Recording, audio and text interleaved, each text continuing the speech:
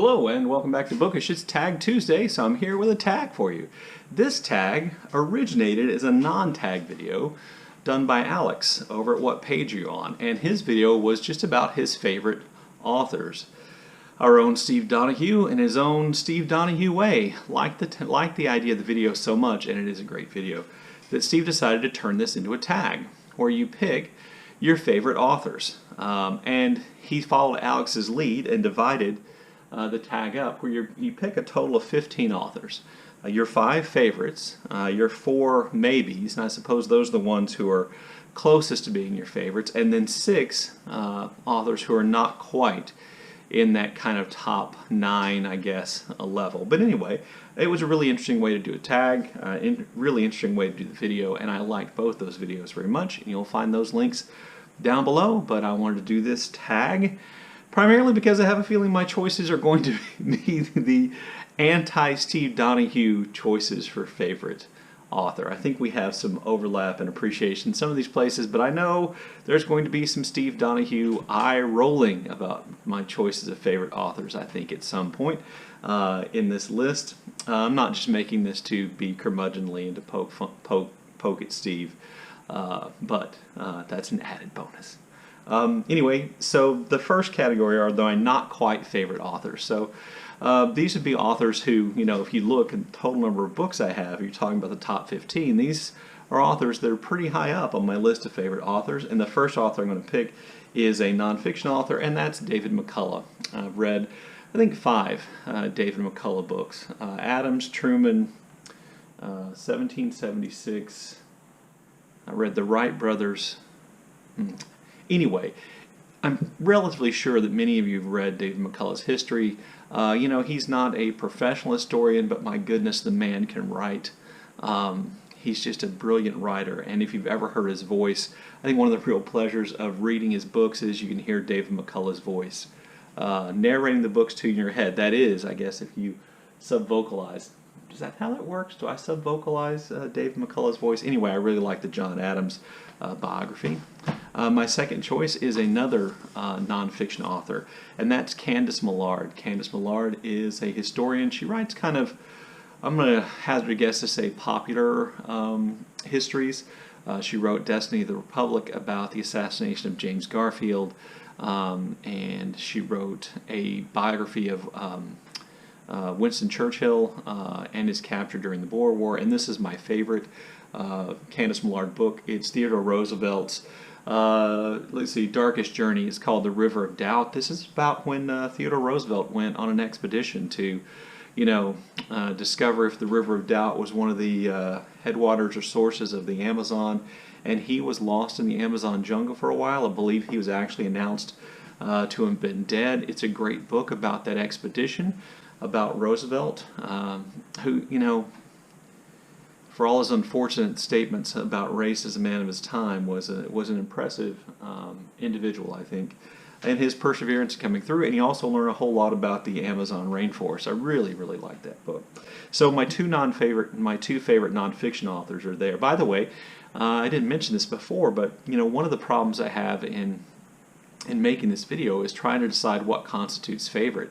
And you know, Steve did a good job of saying, you know, these are your favorites, not necessarily the authors you think are the greatest writers. They may not even be the most proficient or technically excellent writers, but just your favorites. So that's what I went with. And my first 2 on my not quite list are David Mccullough and Candace Millard. And then we get down to fiction authors, which is kind of where the meat of this video comes from. So another author on my not quite favorite list is F. Scott Fitzgerald.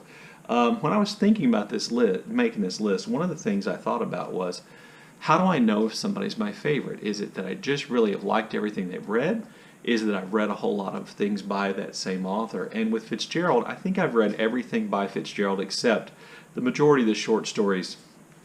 And I haven't read The Beautiful and the Damned, which I think was his second novel. But I've read this book, most of the letters in this book, F. Scott Fitzgerald, A Life in Letters.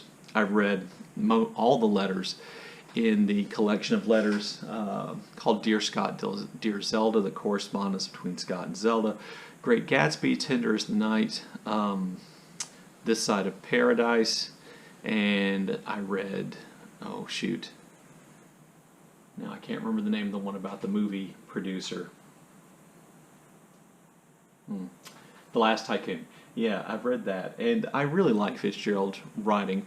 You know, Fitzgerald, like a lot of, I think, the iconic American writers of the 1920s and 30s, was the quality of his work kind of varied a great deal, but he's one of those writers that when he was at his best, I don't think anybody wrote better sentences in the English language, in the American idiom, than Fitzgerald did, and I really am an admirer of his work. Next on my list is Jane Austen. I've read 3 Jane Austen novels, not a bad one yet. Pride and Prejudice, Northanger Abbey, and then Persuasion, my absolute favorite. Anne Elliot is my favorite Jane Austen heroine. She knows who she is, she knows what she can do, she knows the mistakes she may have made in the past, and she's not going to let anybody make decisions for her moving forward. She is my absolute favorite Jane Austen heroine. Next on my list of not quite is J.R.R. Tolkien, and this is my battered copy of the Silmarillion. Unlike Lukács, this is not my favorite Tolkien, but you know, I have read it a couple of times trying to understand all the backstory to a lot of the Lord of the Rings stuff. I've read this, The Hobbit, I've read, of course, The Lord of the Rings, and I've read a posthumous collection, I think it was called Unfinished Tales.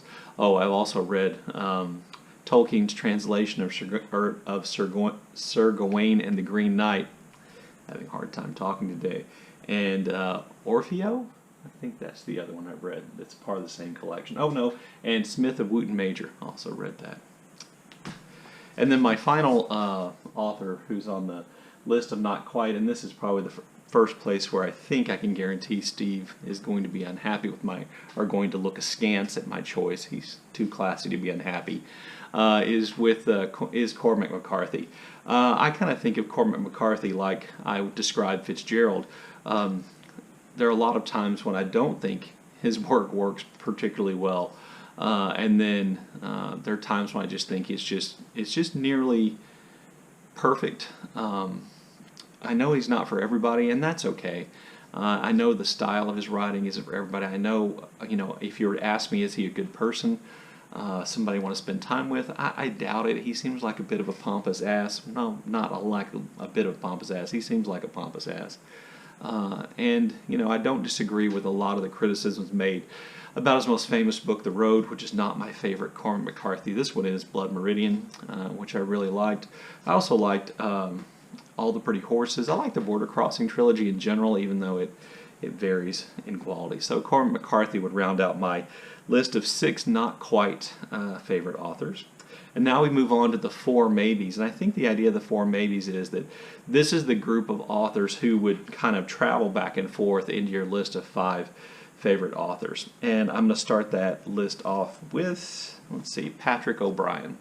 Patrick O'Brian is the author of the Aubrey Maturin series. I mention this series all the time.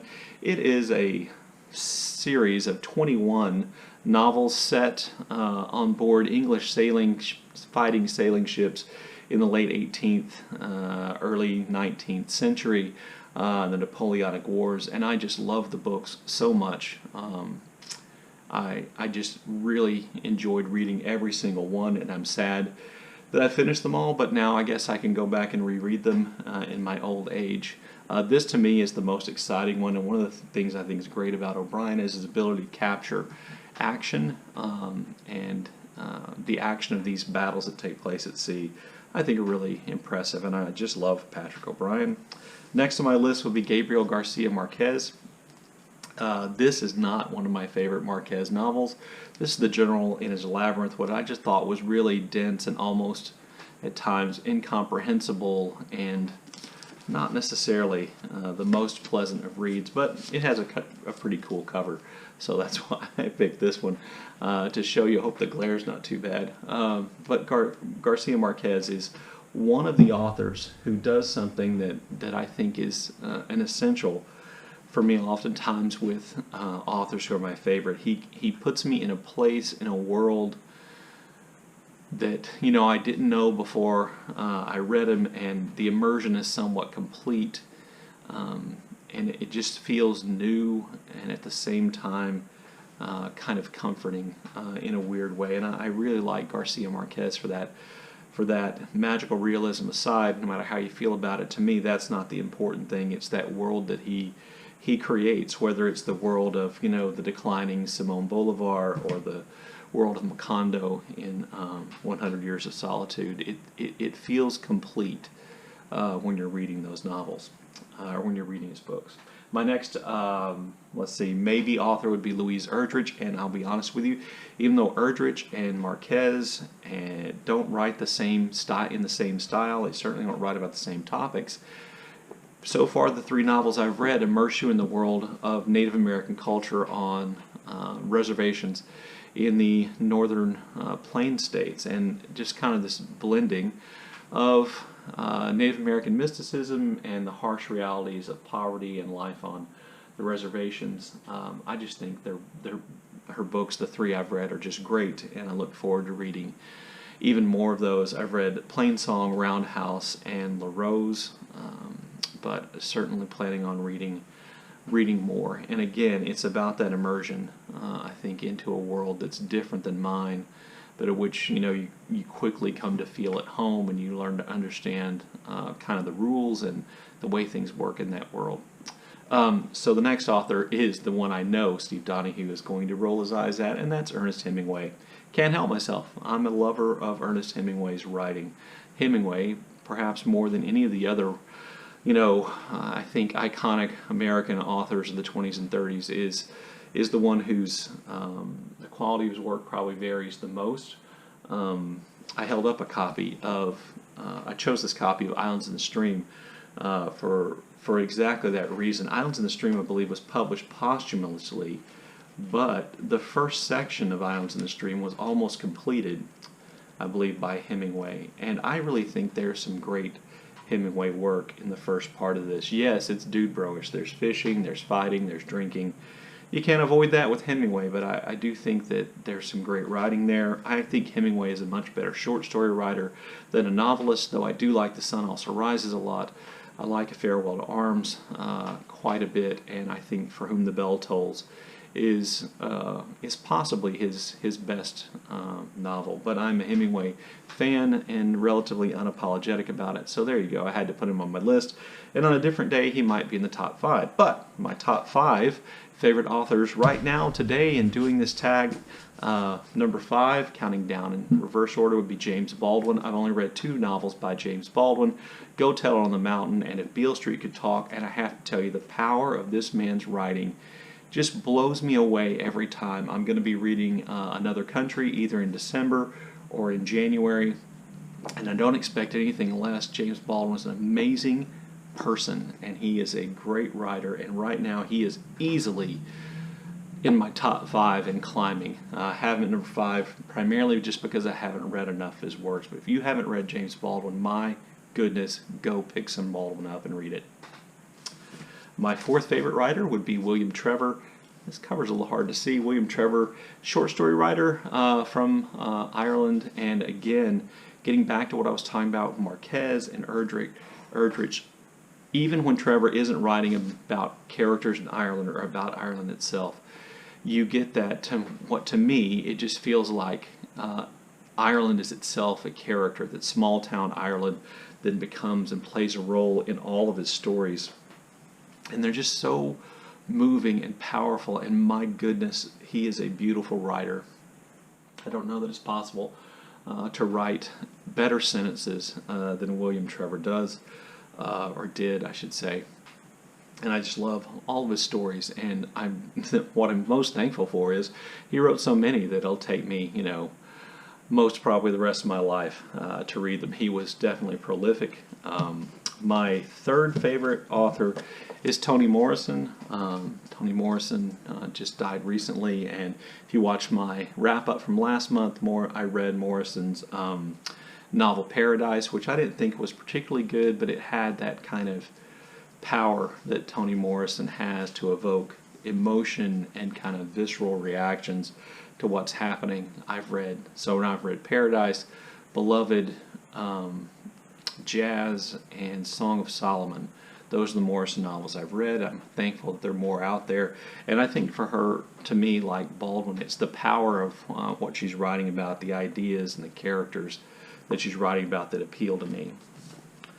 My second favorite author is Honoré de Balzac, and if you're, again, talking about immersing yourself in a world, you know, the world of Paris in the 1820s, 1830s is Balzac's world, and he literally wrote so much about it, and characters and places and different levels of society in Paris, that time in Paris is oftentimes comes alive to me for me as soon as I start reading his books. I love all his books. That I've read. I won't bother to list them all, but I'm getting to the point where it's harder and harder for me to find the complete novels that I haven't read yet.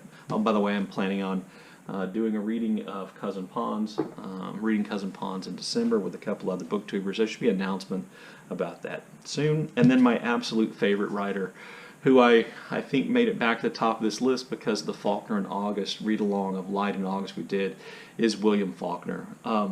This is just, you know, what rereading Light in August did for me is it just reminded me that Faulkner is kind of my happy place. You know, I don't really know how to describe it other than his novels just kind of speak to me on some basic level that as soon as I read them, I'm immersed in the world of Yoknewatawpha County, Mississippi from the Civil War through the 1930s. His characters are oftentimes people I feel like I know, are new representative characters very much like them. And just it's just my favorite writer. He just is, for all his flaws, for all I think kind of the gimmickry that sometimes people want to associate with him.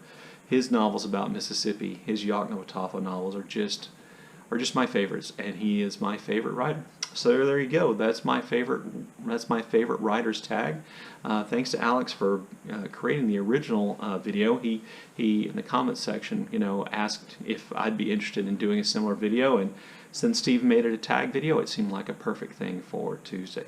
So as always, thank you for watching, and I look forward to your comments in the comments section below.